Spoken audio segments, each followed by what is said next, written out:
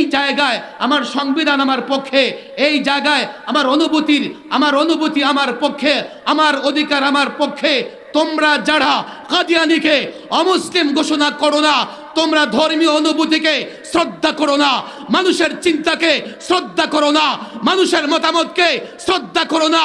রব্বে কাবার কসম, যতই তোমরা নিজেদের মানবাধিকারের পক্ষে বলে ঘোষণা করো, তোমরা মানবতার দুশ্মন।